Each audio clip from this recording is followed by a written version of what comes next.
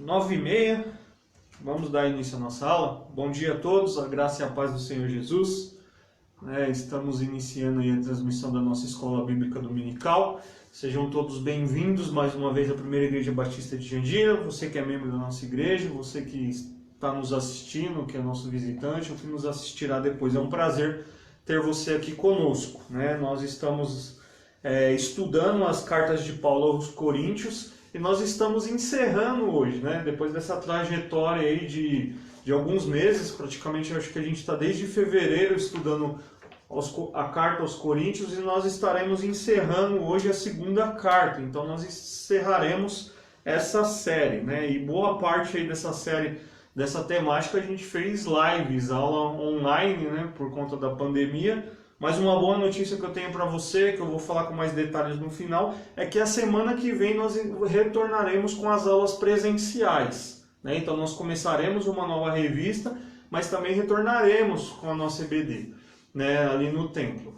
Obviamente que durante esse período, a gente vai continuar transmitindo as aulas, mas você que já está circulando, não tem nenhum impeditivo para isso, pode estar indo na EBD e participando da EBD no templo com a gente, tá? Então, eu vou falar um pouquinho mais sobre isso no final, mas a nossa aula ela será será presencial, mas com transmissão para aqueles que não podem ir. Mas para você que vai presencial, é importante que você faça a sua inscrição, A gente vai abrir na terça-feira aí, vai ter informações sendo divulgadas durante a semana, mas na terça-feira nós abriremos a nossa agenda, que você já tem feito as inscrições para o culto, para que você possa se inscrever também para a EBD, tá bom? Mas eu vou falar um pouquinho mais sobre isso no final da aula. Vamos seguir então com a nossa aula de hoje. Como disse, estamos encerrando a carta de Paulo aos Coríntios, as cartas, Estamos então na segunda carta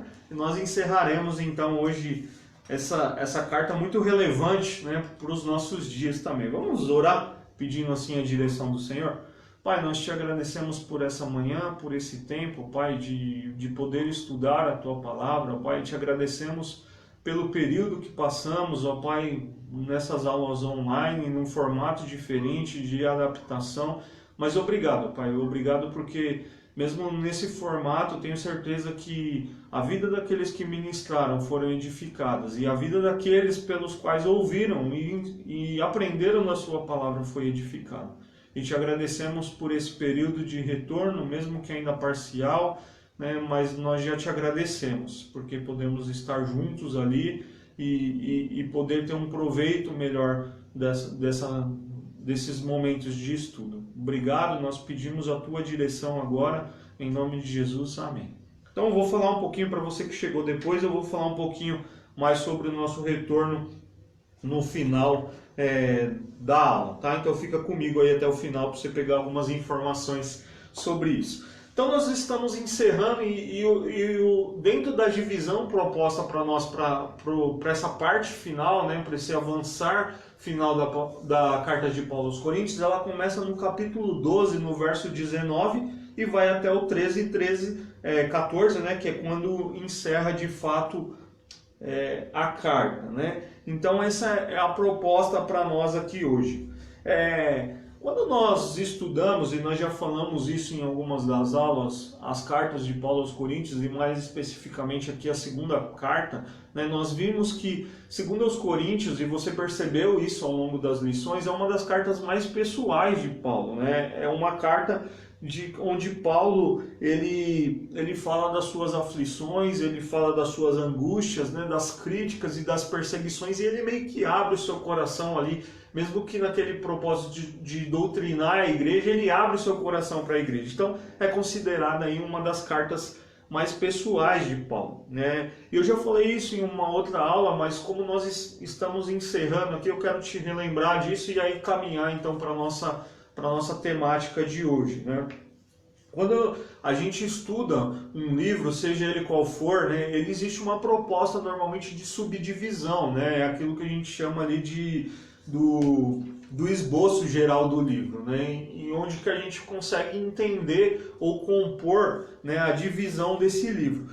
Então, quando a gente estuda os 2 Coríntios, a gente vê que o autor, como uma típica carta paulina, ele começa no primeiro capítulo, ali dos versos 1 até o verso 11 do primeiro capítulo. Ele começa apresentando, né, o remetente, saudando a igreja, né, ele dá ações de graças, né, o Paulo ali dá ações de graças pela obra de Cristo no meio deles, e é uma típica introdução paulina das suas cartas, né. E quando ele sai então dessa introdução, a gente vai ver que do capítulo 1, verso 12 até o 7:16, um grupo muito extenso, Paulo vai tratar da relação dele com a igreja. Então Paulo vai explicar das dificuldades, da visita que ele havia se comprometido a fazer e não fez e foi criticado por isso. Então ele vai tratar de pontos específicos da relação dele com a igreja, né?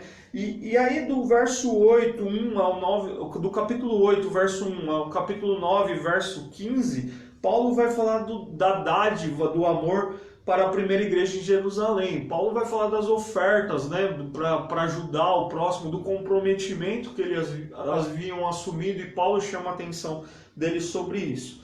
E no 10:1, capítulo 10, verso 1, até o 12:18, que foi até o tema da aula passada, Paulo ele vai fazer uma defesa do seu apostolado diante dos seus adversários. Então Paulo ali ele vai explicar um pouco daquilo que Deus está fazendo através da vida dele e se defender das críticas que muitas vezes injustamente ele estava sofrendo ali pelos seus oponentes, né? E aqui então o tema, e fechando então a nossa aula, ele anuncia, né, a sua terceira visita que faria àquela cidade, e ele apresenta então os aspectos finais da carta. Então, assim como ele introduz com uma saudação, ele também tem uma típica característica de encerrar as suas cartas, né? Então hoje nós falaremos dessas questões finais, né? Questões finais, a saudação e a bênção que Paulo apresenta aqui para a igreja. Eu quero, antes de ler o texto com você, o autor da revista ele propõe aqui para nós, né? Concluímos agora o estudo de uma das mais profundas epístolas escritas por Paulo. Nela, o apóstolo abre o coração aos coríntios, como já disse, né? Expõe-lhes a angústia da alma e deixa transparecer-lhes a dor. Todavia, no meio da aflição e do desapontamento, o apóstolo descobre que as forças de que precisava vertem do Pai de misericórdias e do Deus de toda consolação. Então, diante daquele cenário, a força que o motivava e que o renovava era o Deus que o chamou, esse Deus de misericórdia e esse Deus de consolação que então estava guiando a sua vida e o seu ministério, né? E aí o autor ainda propõe, isso é importante na nossa introdução, mas não pensemos que a epístola está vazia de ensino e doutrina. A doutrina surge em decorrência da severa experiência, como já pudemos ver nas lições anteriores. Mesmo a repreensão contém doutrina preciosa, assim como a encontramos no desenvolvimento da palavra de apelo, da defesa e da exortação. Então, Paulo, mesmo diante daquele cenário, daquilo que ele expunha para a igreja, ele estava doutrinando a igreja, ele estava ensinando a igreja. Ele estava estabelecendo alguns princípios para aquela igreja, que hoje para nós é a palavra de Deus e que vale para a nossa igreja. Então, como nós vimos, aquele cenário de Coríntios, que começa lá em 1 Coríntios capítulo 1 e está terminando aqui em 1 Coríntios capítulo 13, de 2 Coríntios capítulo 13, é um cenário onde a igreja está muito vulnerável, onde a igreja está sendo muito influenciada pelas questões do que as rodeiam. O secularismo está entrando dentro da igreja, as práticas mundanas, alguns costumes que eles viviam antes de se converter, eles ainda tinham dentro dele, né? Eles tinham uma crítica, como disse, muito severa a Paulo, e Paulo então, dentro de tudo isso que ele escreve, ele está então ensinando, estabelecendo princípios para a igreja, né? E doutrinando aquela igreja, né? Então vamos lá, para 2 Coríntios capítulo 12, eu quero que você acompanhe comigo aí a partir do verso 19, e você que está nos acompanhando aí tem a liberdade de, em algum momento, quiser colocar no chat alguma questão, estamos abertos aí para ler seu comentário, a sua pergunta, enfim. 2 Coríntios capítulo 12, a partir do verso 19, diz assim: vocês pensam que durante todo esse tempo estamos nos defendendo perante vocês? Falamos diante de Deus como alguém que está em Cristo. E tudo o que fazemos, amados irmãos, é para fortalecê-los, pois temo que ao visitá-los não os encontre como eu esperava, e que vocês não me encontrem como esperavam. Temo que haja entre vocês brigas, invejas, manifestações de iras, divisões, calúnias, intrigas, arrogância e desordem. Receio que ao visitá-los outra vez, o meu Deus me humilhe diante de vocês e eu lamente por causa de muitos que pecaram anteriormente e não se arrependeram da impureza, da imoralidade sexual e da libertinagem que praticaram. Paulo aqui, ele teme, né, nos versos, a gente vai ler depois mais alguns versos, mas Paulo, quando ele escreve para essa igreja e ele anuncia, né, como nós vimos aqui, vocês pensam que durante todo esse tempo estamos nos defendendo, né? E aí ele diz, pois temo que ao visitá-los não o encontre como eu esperava. Paulo teme encontrar os crentes despreparados espiritualmente nessa visita, né? Havia duas áreas que eles estavam muito vulneráveis e que Paulo temia que não encontrasse eles bem. A primeira era relacionamento, né? As contendas, que está aqui no verso 20, né? Temo que haja entre vocês brigas, invejas, manifestações de iras, ou seja, os relacionamentos deles não estivessem legal, né? Então Paulo ele teme, né, que eles tivessem problemas nessas áreas e não tivessem se consertado em relação a isso. Quando a gente vê, pelo menos, mais especificamente 1 Coríntios, a gente vai ver um número de problemas que aquela igreja tinha. Então Paulo, quando ele pensa e ele anuncia a sua terceira visita ali à igreja, ele teme como os crentes poderiam estar naquele momento, né? E aí é interessante porque, e pensando sobre isso, a gente falar de relacionamento, né? Falar de como a igreja se encontra, eu me lembrei que esse mês nós estamos trabalhando a temática igreja, uma família para pertencer, né? E é interessante que quando a gente olha para a igreja de Corinto, nós não veremos muitas vezes a igreja como uma família unida, né? Eles não agiam como corpo, não havia cooperação, né? Parece que a igreja, mais especificamente como nós falamos em 1 Coríntios, e nós vamos vendo isso ao longo do tempo, parece que é uma igreja que tem muitas divisões, né? Uma igreja que falta uma unidade daquilo de corpo, né? Eu preguei ontem à noite para a juventude da nossa igreja, né? E eu falei que eu e você, nós precisamos de um corpo de Cristo para ser o corpo de Cristo, né? Nós precisamos de uma família de Deus para ser a família de Deus, né? Nós precisamos viver como família para ser essa grande família. E eles falhavam nisso, né? Eles tinham problemas nos seus relacionamentos que Paulo temia que não tivessem sido ali corrigidos, né? E uma outra área que eles eram vulneráveis e que Paulo temia que eles não tivessem sido corrigidos era a área de pureza sexual, né? Paulo temia encontrar muitos crentes ainda prisioneiros dos mesmos pecados sexuais que caracterizavam a vida pagã da época. Nós vimos em 1 Coríntios que essa questão sexual era muito presente dentro daquele contexto, né? E eles tinham, né? Por exemplo, nós falamos de um caso de incesto, enfim. Você pode depois assistir as aulas anteriores, mas você vai ver que essa questão sexual, essas impurezas no meio deles, Paulo temia que eles ainda estivessem presos a isso, né? Não estivessem libertos disso. Então Paulo ele coloca essa ressalva, né? No 21, receio que ao visitá-los outra vez, o meu Deus me humilhe diante de vocês e eu lamente por causa de muitos que pecaram anteriormente e não se arrependeram da impureza, da imoralidade sexual e da libertinagem que praticaram. E Paulo então temia, ao visitá-los, que essas coisas ainda estivessem presentes no meio deles, né? Ainda fazendo um gancho com a aula passada, com a pregação de ontem que eu falei, eu tenho um contexto legal e uma frase que me chama a atenção, que a igreja ela é a comunidade de pecadores mas que nasceram de novo, ou seja, que foram regenerados e que são a partir de agora inconformados com os seus pecados, né? Essa deve ser uma característica dessa grande família. E a igreja de Corinto aqui, muitas vezes eles não se arrependeram, eles não eram essas pessoas inconformados com os seus pecados, né? E muitas vezes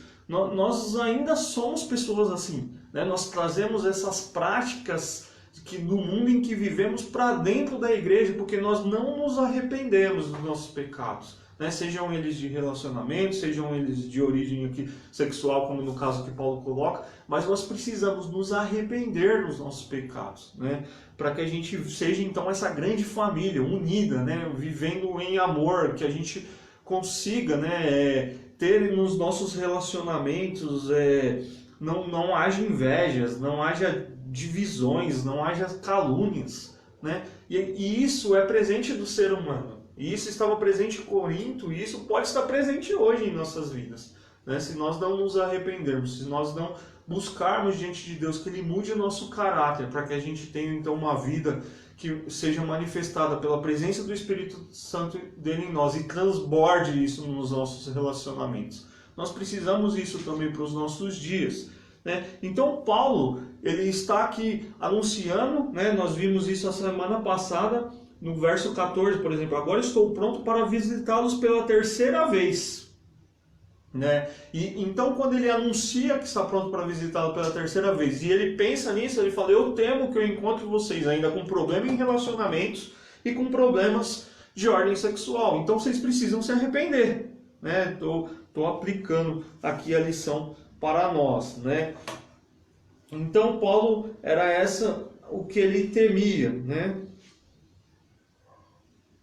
E aí o autor da revista propõe algo aqui que complementa o que eu estou dizendo, que à primeira vista pode-se pensar que o interesse do apóstolo Paulo ao escrever a segunda epístola aos Coríntios, visto tudo isso que nós já falamos até agora, era apenas defender a própria reputação e a autenticidade do seu ministério apostólico. Na verdade, tinha sido forçado a elogiar-se, porque os coríntios se haviam deixado levar pela vanglória dos adversários. E o apóstolo precisava mostrar que em nada era inferior a tais autonomeados apóstolos. Entretanto, o seu principal objetivo era outro, né? E aí eu já apresentei um que era tratar essa vulnerabilidade dos coríntios, né?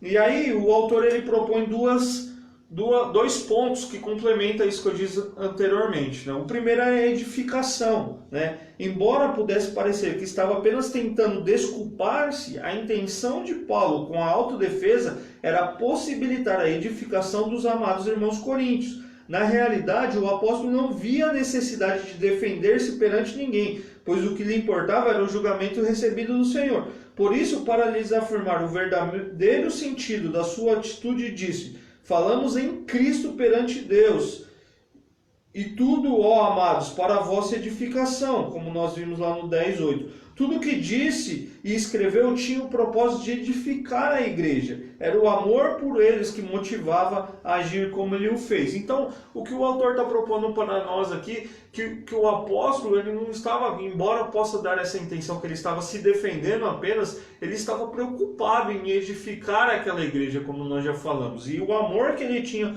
por eles o agia a fazer isso dessa maneira. E um segundo aspecto, como nós já falamos aqui, é do arrependimento, né? Havia em Paulo o temor de encontrar os coríntios na sua terceira visita espiritualmente desfigurados da forma como desejaram vê-los. Certamente almejavam achá-los maduros na fé. Tinha medo de que não fosse assim. Também temia que os coríntios o achassem diferente do que esperavam, né? Talvez pronto a agir com autoridade enérgica contra a igreja, de modo como ameaçar a tratar os adversários. Sobretudo, Paulo ficaria profundamente entristecido se encontrasse entre os coríntios, né, as contendas, as invejas, as questões sexuais. O grande receio de Paulo era ser humilhado no meio dos coríntios e diante dos que o acompanhariam na viagem, né? Ele previa essa tristeza se não houvesse essa mudança no meio deles, né? E antes de passar para o próximo tópico, eu quero reforçar, muitas vezes isso é uma realidade presente ainda hoje.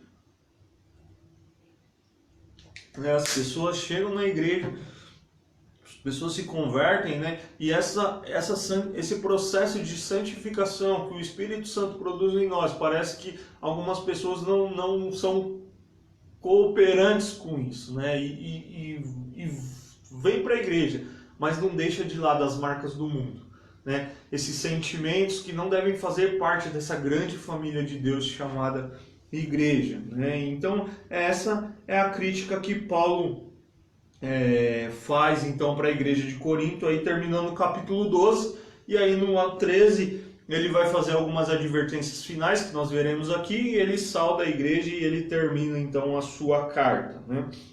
O irmão Raimundinho colocou aqui: felizmente ainda vemos hoje algumas igrejas, ainda existem essas práticas, divisões, busca de poder dentro da igreja de Cristo, grupinho de crentes, né? Algumas igrejas não, irmão Raimundinho. Isso pode estar presente na nossa igreja, na nossa vida, se nós não nos atentarmos, né? Isso é uma tendência natural nossa, né? Então, só complementando aqui, é muito mais talvez do que só em algumas igrejas, né? Talvez nós podemos até ser pessoas assim, se não vivermos de uma forma diferente.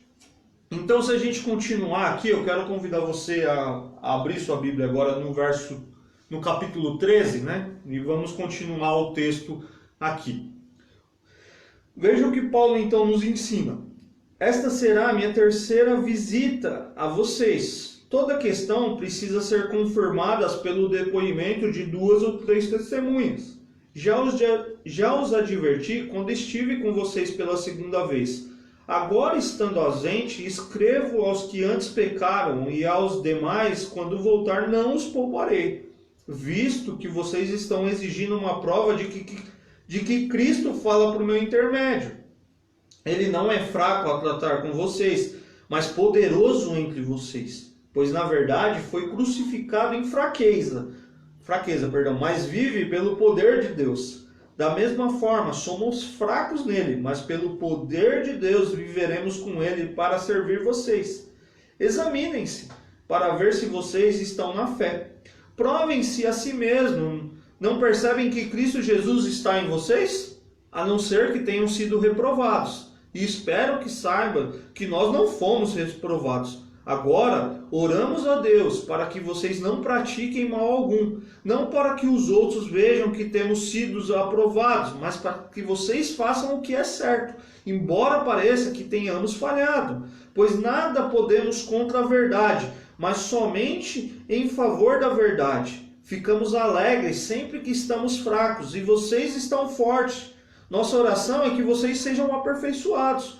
Por isso escrevo essas coisas estando ausente, para que quando eu for, não precise ser rigoroso no uso da autoridade que o Senhor me deu para edificá-los e não para destruí-los. Acho que é muito autoexplicativo aqui isso que a gente leu, né? Mas eu vou trazer algumas lições aqui para nós, daquilo que eu preparei, daquilo que o autor propõe para nós aqui, né? Paulo está então concluindo essa carta mais pessoal, vou repetir, e é interessante que de todas as igrejas que Paulo plantou, fundou ali, Corinto foi a que recebeu mais cuidado pastoral, conselhos e visitas de Paulo. Talvez pelos seus muitos problemas, como nós já falamos aí ao longo das aulas, né? Paulo está fazendo então preparativo para a sua terceira visita à igreja, e uma visita que será confrontadora. Caso não haja arrependimento, ele terá de disciplinar os faltosos, né? E antes de viajar, então ele para Corinto, ele ora a Deus para que a igreja mude os seus caminhos e busque uma vida de perfeição, né? Esse é o grande resumo aí desses versos que nós lemos, né? Então Paulo, ele vai visitar, a gente já falou também uma aula sobre isso, eu não quero ser repetitivo aqui, sobre a disciplina, né, na igreja. Paulo trata isso em 1 Coríntios, né, e um pedaço aqui de 2 Coríntios também. Então Paulo ele vai para a igreja e ele vai fazer uma visita, e ele tem que chegar ali tendo que agir com repreensão e com disciplina por conta do comportamento dele, porque vai ser isso que vai acontecer então se eles não tivessem mudado. Então eu queria que você pensasse numa carta, né? A gente falou já bastante sobre carta, mas imagina que você vai visitar uma outra localidade e você precisa apresentar aquilo que você vai fazer ali. Imagina num ambiente corporativo, pensando assim, você vai fazer um trabalho numa unidade diferente daquela que você trabalha e você precisa então escrever um e-mail e formalizar aquilo que será feito, né? Então Paulo aqui, obviamente não é isso que ele está fazendo, mas ele escreve uma carta, que é um meio de comunicação da sua época, dizendo assim, ó, eu vou visitá-los mais uma vez, mas eu temo que ao chegar ali vocês ainda não tenham se arrependido, né? Que vocês ainda tenham críticas, que vocês ainda estejam vivendo dessa forma. E por isso eu oro a Deus para que vocês mudem, porque chegando aí vocês não continuarem agindo assim, eu terei que repreendê-los.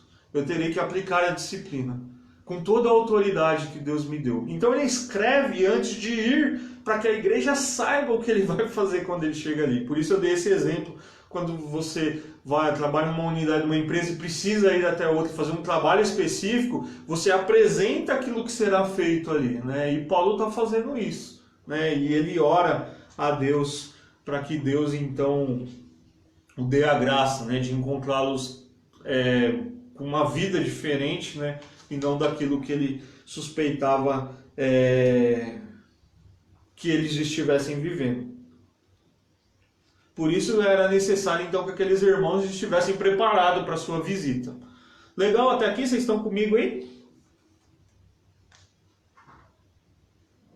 Então o objetivo da visita de Paulo aqui, né, ele já prepara esse cenário de repreensão, né?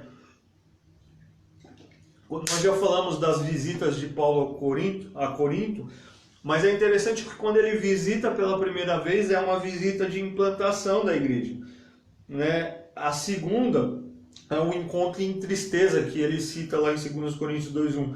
E a terceira visita é essa que Paulo se preparava para fazer, que ele anunciou várias vezes nessa carta, principalmente a partir do capítulo 10 ali, né? Então, à luz de tudo isso, parece que Paulo tinha que fazer ali uma repreensão, né? E disciplinar aquela igreja. Então, o meio para resolver toda essa questão, Paulo citou de forma abreviada Deuteronômio 19:15, né? Ele começa no verso 1 ali, pelo depoimento de 2 ou 3 testemunhas se estabelecerá o fato, né? O judaísmo do primeiro século enfatizava essa exigência para validar uma acusação, né? Que tivesse uma ou mais testemunhas. O próprio Jesus, né, quando você encontrar um seu irmão em defeito, leve um, depois leve mais um, e se não, leve para toda a congregação, né? Esse era o formato da disciplina, né? E Paulo, ele já havia reprovado a atitude de alguns membros da igreja de Coríntios lá naquela segunda visita.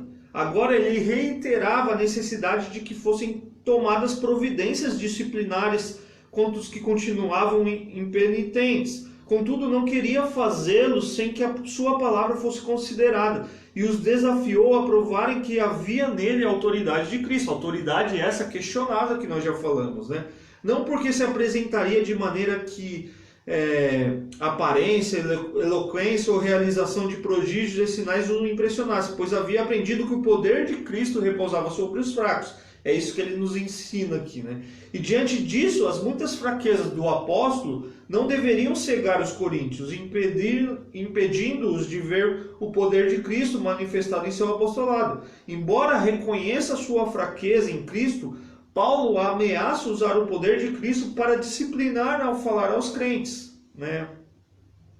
E aí o autor da revista propõe aqui: nenhuma disciplina eclesiástica deve ser aplicada sem que os agentes disciplinadores sejam imbuídos da necessidade de o fazerem revestido do poder de Cristo. Ele é o Senhor que repreende e disciplina enquanto ama. Eu não vou entrar aqui na esfera da disciplina, porque não é essa a mensagem principal, mas apenas para a gente falar aqui e aplicar, né, algum desses pontos. É que, na verdade, quando existe a disciplina, que ela é bíblica e que Jesus ensinou e que Paulo estabelece isso aqui muito em Corinto, né, ela precisa ser uma disciplina, né, baseada no poder de Deus e no amor de Deus, né? Ela não tem que ser carnal, vamos chamar assim. Ela é uma disciplina baseada nas Escrituras e naquilo que o Espírito, as Escrituras nos ensina. E então através do Espírito Santo de Deus em amor, né? Para levar a pessoa para o arrependimento,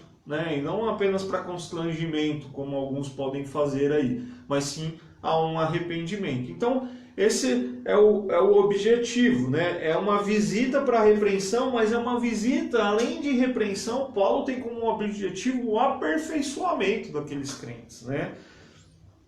E aí Paulo ele coloca 2 pontos aqui que nos evidenciam, esse ponto de aperfeiçoamento. Primeiro, reparem-se em si mesmo, né? Paulo desejava que por um pouco os coríntios deixassem de reparar nele, né? Ou seja, nele Paulo, que eles criticavam, e reparar em si mesmo.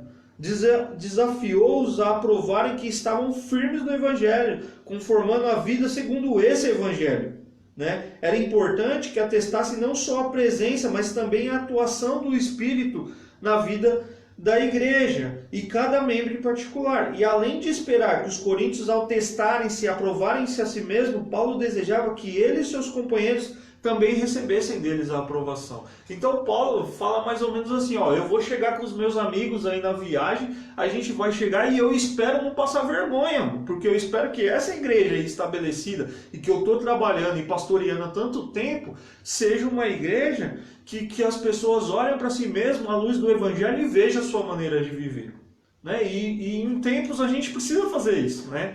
Às vezes a gente olha muito para os defeitos dos líderes, dos pastores, enfim, né? Mas a gente não repara em si mesmo. E a gente fala, o pastor deveria ter feito isso, aquele líder deveria ter feito isso. E a gente critica, e às vezes a nossa forma de viver não é uma vida que, se a gente olhar à luz do Evangelho, é uma vida que reflete Cristo, né? É uma vida muito distante. E aí é uma crítica carnal, é uma crítica muito mais naquilo que eu penso, com a minha mente secularizada, ou do que uma mente cheia do Espírito Santo de Deus, uma vida repleta do Espírito Santo de Deus, e que vem então como algo construtivo, né? A mensagem para a igreja de Corinto, ela é sempre pesada, porque é uma igreja que vivia dessa forma, né? Eu repito isso várias vezes, porque a gente precisa fazer o link com tudo aquilo que nós já vimos até aqui, né? Mas Paulo também ele olha para aqueles irmãos e fala assim, ó, faça o que é certo, né?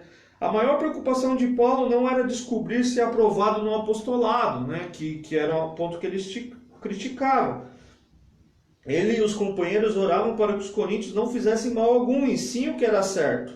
Não importa que considerassem Paulo no momento reprovado, quando passassem pela prova da firmeza da fé, o que se comprovaria na renovação moral da vida de cada um, né? A genuidade do apostolado de Paulo ficaria naturalmente confirmada, e para que a declaração, embora seja tido como reprovado, não fosse mal interpretada, Paulo acrescentou que nunca agiu contra o Evangelho, essa verdade que Paulo chama, ou de modo a mostrar que fosse contrário às suas implicações. Então Paulo é incisivo, façam o que é certo. Veja os versos 7 e 8 aqui, ó. Agora oramos a Deus para que vocês não pratiquem mal algum, não para que os outros vejam que temos sido aprovados, mas para que vocês façam o que é certo, embora pareça que tenhamos falhado. Olha que triste isso, né? Embora pareça que a gente falhou nesse processo aí, mas viva de forma correta, né? Embora olhando para a vida de vocês parece que a gente errou, né? Mas vivam assim, pois nada pode contra a verdade, mas somente em favor da verdade, né? Essa verdade que é o Evangelho que Paulo expõe aqui, né? E aí ele termina, né, esses versos que nós lemos ressaltando: busquem o aperfeiçoamento, né? Tente, né, como prova de abnegação, Paulo estava preparado para parecer que tinha falhado, desde que os coríntios fizessem o que era certo. Se agissem de maneira correta, então experimentariam a plena restauração da saúde espiritual. Isso sim era a maior preocupação do apóstolo Paulo. A despeito das ameaças de usar energeticamente de autoridade, Paulo não desejava agir com rigor quando presente em Corinto. Ele almejava revelar sua autoridade para a edificação da igreja e não para a sua destruição, né? Paulo almejava aqui encontrá-los eles transformados, né? E usar então da sua autoridade, não para disciplinar, mas para que a igreja fosse então edificada. E aí Paulo caminha então para a conclusão. Tá todo mundo aí? Estão quietinhos hoje aí, hein? Não estou ouvindo ninguém. A minha forma de comunicar com vocês é o chat aqui. Se ninguém fala nada... E aí Paulo, então, depois dessa longa carta, né, dessa longa comunicação com Corinto aqui, ele vai colocar: sem mais, irmãos, despeço-me de vocês. Procurem aperfeiçoar-se. Exortem-se mutuamente. Tenham um só pensamento. Vivam em paz. E o Deus de amor e paz estará com vocês. Saudem uns aos outros com beijos santos, ósculos santos, que nós já falamos em uma das aulas aqui. Todos os santos lhe enviam saudações. A graça do Senhor Jesus Cristo, o amor de Deus e a comunhão do Espírito Santo sejam com todos vocês. Não estou encerrando a aula com a bênção não, tá? Estou lendo aqui o texto de Coríntios. Então, Paulo, ele se despede, né? E ele dá, então, essa bênção trinitariana aqui, né, que nós vamos falar um pouquinho. Depois de despedir-se dos irmãos com adeus, o apóstolo ele profere 4 exortações. É interessante que ele está terminando a carta, né? Sem mais, despeço-me de vocês, né? Hoje você colocaria um ATT, né? Atenciosamente, Paulo, não seria assim, né? Eu despeço-me de vocês, mas procurem aperfeiçoar-vos. Mas também, como essa grande família que vocês têm falhado, esse corpo, consolai-vos e encorajai-vos uns aos outros. Sede do mesmo parecer e vive em paz uns com os outros, né?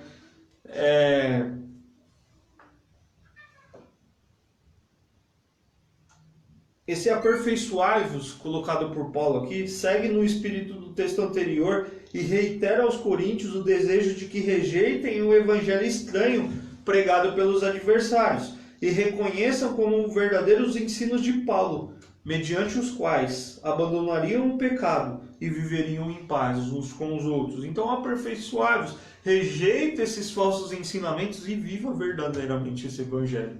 É o que Paulo deseja para aqueles irmãos, né? Consolai-vos, encorajai-vos uns aos outros, né? A maneira de manifestar a consideração e o amor de uns para com os outros é a disposição de mutuamente se fortalecerem para expressar de modo digno a fé em Cristo. Então vivam essa fé em Cristo com uns aos outros, né? No meio de vocês, né? Se fortaleçam, para com essas brigas, com essas rivalidades, com esse eu sou melhor, com esse egocentrismo e vivam um evangelho verdadeiro entre vocês, né? É isso que Paulo coloca aqui, né? Sede do mesmo parecer. A desarmonia prejudica a igreja, mas a harmonia precisa ser buscada. Ter o mesmo parecer, ou um só pensamento, né, na minha versão aqui, só se consegue quando os crentes têm a mente de Cristo.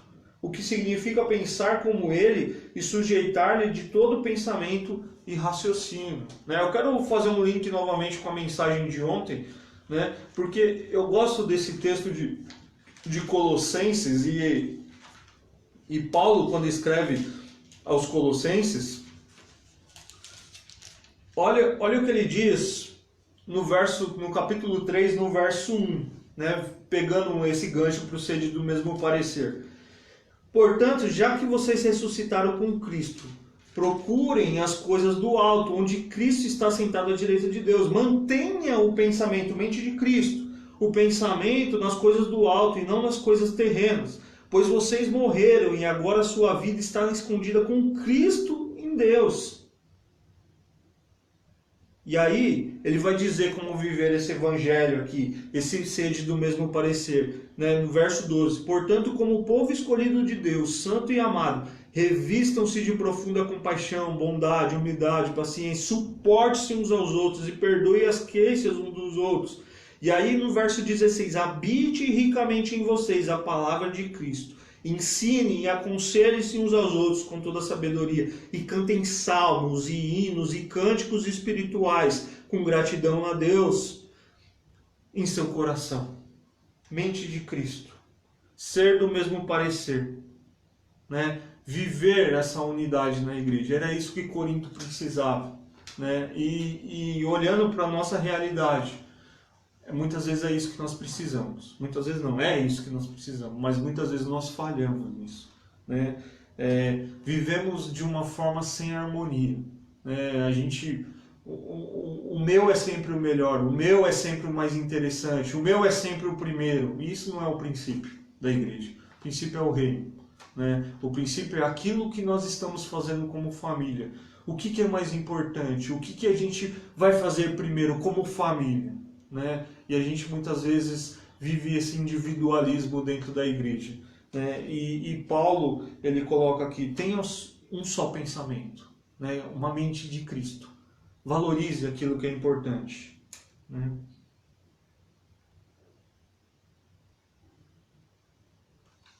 O irmão Raimundinho coloca aqui, né? Pensamento meu, se eu entro no culto focado em estar ouvindo Deus falar, não tenho tempo de ouvir o que os irmãos estão fazendo, né? A Cida coloca aqui, quando alguém nos encoraja a fazer algo, é muito bom, pois é nessa hora que vemos o agir de Deus na vida dessa pessoa. Sim, e Paulo aqui está encorajando, hein? Ele está exortando, mas ele está encorajando. E aí Paulo, né, termina então aqui nesse bloco de versículos dizendo, vivei em paz, né? Elimine as discórdias e contenda e busque o entendimento Desse modo é possível experimentar as manifestações afetuosas do Deus de amor e a presença harmoniosa desse Deus de paz, né? Vivam em paz entre vocês, né? Vivam entre vocês em harmonia, sejam essa família, né? Família ideal, né? Essa família com os planos de Deus. Parem com essas brigas entre vocês, acabem com essas desarmonias, acabem com essa rivalidade. Nós somos corpo, né? Não é isso que o Paulo está dizendo aqui, mas é o que eu estou fazendo, construindo o que ele vem falando aqui em Coríntios. Nós somos corpo, e esse corpo Deus deu dons diferentes, mas com o mesmo propósito de glorificar a Deus. E é interessante porque Paulo, ele fala isso em Coríntios, ele fala no texto de Colossenses que eu li, e tudo isso tem que ser exercido em amor, porque o amor é o mais importante, né? E lá em Colossenses ele vai dizer que o amor é o elo perfeito, né? Eu lendo alguma coisa sobre isso, não lembro nem quem disse e nem a citação correta, mas ele dizia que esse amor como elo perfeito é como se fosse uma argamassa, né? Não é argamassa, é massa fina, sei lá, aquela massa aquele acabamento lindo da parede, né? Que pega aquilo que está rústico, e o amor é aquilo que une, né? E alisa e trata, porque esse é o amor que torna a beleza da igreja, né? E às vezes a gente quer viver muito independente, né? E aí a gente vive como igreja, sabe assim, ó, aquela família que o pai diz não pro filho, o filho vai e pede pra mãe para poder conseguir. Às vezes a gente vive família desse jeito, né? A gente vive na igreja, não consegui aqui, eu vou fazer do meu jeito para conseguir o que eu quero. E isso não é igreja, né? E isso muitas vezes cria contendas. E Paulo olha para aquela igreja e fala, vive em paz, né? Viver em harmonia. E aí ele vai terminar a sua carta, e depois então de quase mais de 6 meses nós também terminaremos essa carta, e eu espero que isso tenha edificado a sua vida e traga, né, uma mudança de comportamento em minha vida, na sua vida e na nossa igreja, né? E Paulo então ele conclui com a bênção, né? Uma bênção trinitariana, bênção que é uma síntese da mensagem do Evangelho, né? E trinitariana por quê? Porque ele apresenta aqui a Trindade, né? As 3 pessoas distintas ali, né? Trindade, o autor aqui coloca, né? Trindade são 3 pessoas distintas, diferenciadas na fraseologia pelo conectivo, e cada um das 3 é uma pessoa real, distinguida das demais, né? Não é o objetivo aqui falar sobre a Trindade, mas ele termina então a bênção falando sobre isso. As 3 pessoas são essencialmente iguais, pois aparecem dando cumprimento à mesma ação, abençoar, que requer igualdade. E eu quero encerrar então falando sobre essa bênção com uma citação que Hernandes Dias Lopes faz de um outro autor, e ele diz assim, ó, no verso 14, né? Falando sobre o verso 14. A graça do Senhor Jesus Cristo nos traz à memória seu nascimento, quando ele se fez pobre, a fim de nos tornar rico. O amor de Deus nos leva ao Calvário, onde Deus deu seu Filho como sacrifício por os nossos pecados.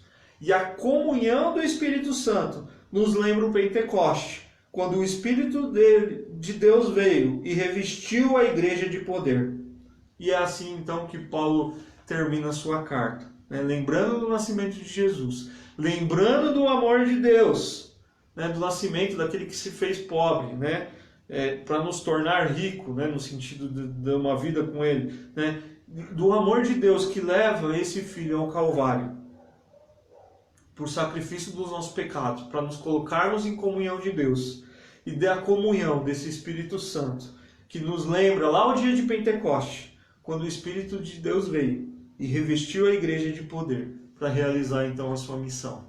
É isso que aqueles irmãos precisavam entender, né, a terminar então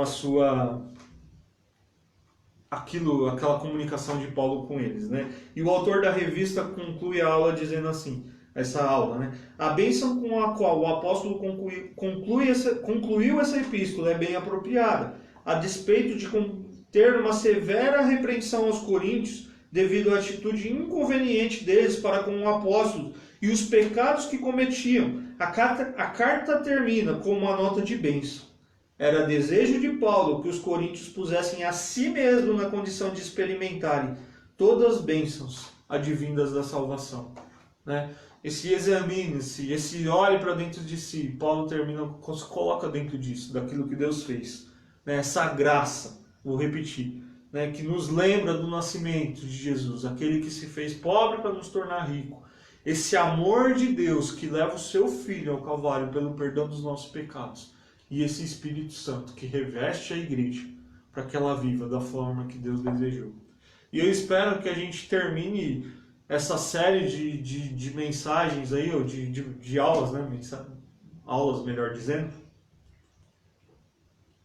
sobre Coríntios, com essa mesma realidade em nossas vidas, né? Lembrando, né, dessa graça de Jesus, do amor de Deus, né, e da presença do Espírito Santo, que nos ajuda a viver em unidade, mesmo quando há divergências, mesmo quando há dificuldade de opiniões, mesmo quando há pecados a serem tratados, mesmo quando há vícios, mesmo quando há imoralidade, mas que essa graça e que esse amor e que esse Espírito Santo seja aquilo que norteie, né, as nossas decisões e o nosso tratar com os nossos irmãos da fé. E é assim que Paulo então termina a carta, e é assim que nós concluímos então a nossa série de estudos dentro de Coríntios. Eu espero que isso tenha abençoado a sua vida. Foi um desafio para nós esse período, porque a gente teve que se adaptar a uma nova realidade, fazer EBD na nossa casa, todo um preparativo aqui para poder transmitir, né? Arrasta móveis, mas é um prazer servir a Igreja de Cristo Jesus, né? A gente tem feito isso com alegria, né? Nesse período os professores, vocês perceberam que ficaram entre os pastores por conta desse momento que nós vivemos, mas, como disse no começo da aula, a semana que vem voltaremos com a nossa EBD presencial, tá? E aí, então, o que é importante lembrarmos ao retornar com a nossa EBD presencial? Nós retornaremos com 3 salas. A sala de adultos, a sala de jovens e a sala de adolescentes. A sala de adultos, vou falar antes da sala de jovens e de adolescentes. A sala de jovens e adolescentes serão na mesma sala que sempre foram, lá embaixo, com toda a medida de segurança, distanciamento, enfim, será tudo preservado ali. Nós não teremos transmissões online da sala de adulto e adolescente. Se por acaso você é um adolescente ou um jovem que está impossibilitado de ir até o templo, seja por um problema de saúde ou qualquer coisa que seja, você precisa assistir às aulas de adultos, porque nós não teremos... A Deisa está me corrigindo aqui, né? Jovens e adolescentes. Então você terá que assistir a aula de adultos, né? Porque não terá então a transmissão dos jovens e adolescentes. No templo nós teremos a classe de adultos, como sempre teremos, né? Os professores, a gente voltará com os professores normal, com uma escala normal, né? Então, nesse período, você precisa fazer a sua inscrição, né? A partir de terça-feira, o pessoal da comunicação vai abrir lá no nosso aplicativo o espaço para você se inscrever para a EBD e você pode fazer essa inscrição. E também será divulgado alguns comunicados. A aula dos adultos será transmitida, não mais pelo Facebook, e sim pelo YouTube, né? Vai mudar um pouquinho a nossa interação, mas é um momento para a gente ganhar em qualidade de transmissão e a gente ir evoluindo nesse processo, tá bom?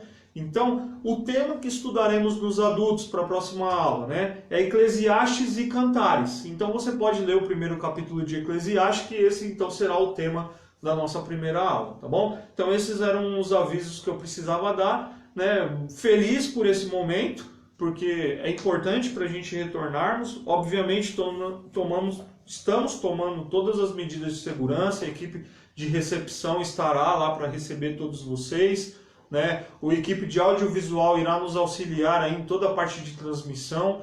Então, se preparem para esse momento, né? E se você é grupo de risco, se você é uma pessoa que não pode estar, espere mais um pouquinho, mas a gente, com muito amor e com muito carinho, continuaremos transmitindo a nossa EBD para que você também seja alcançado, tá bom? Então, esse era o aviso que eu queria dar. E nós encerramos então Coríntios, e eu quero encerrar com uma oração, agradecendo a Deus por esse tempo e por esse período de estudo dessa carta tão profunda e tão atual, né? Vamos orar.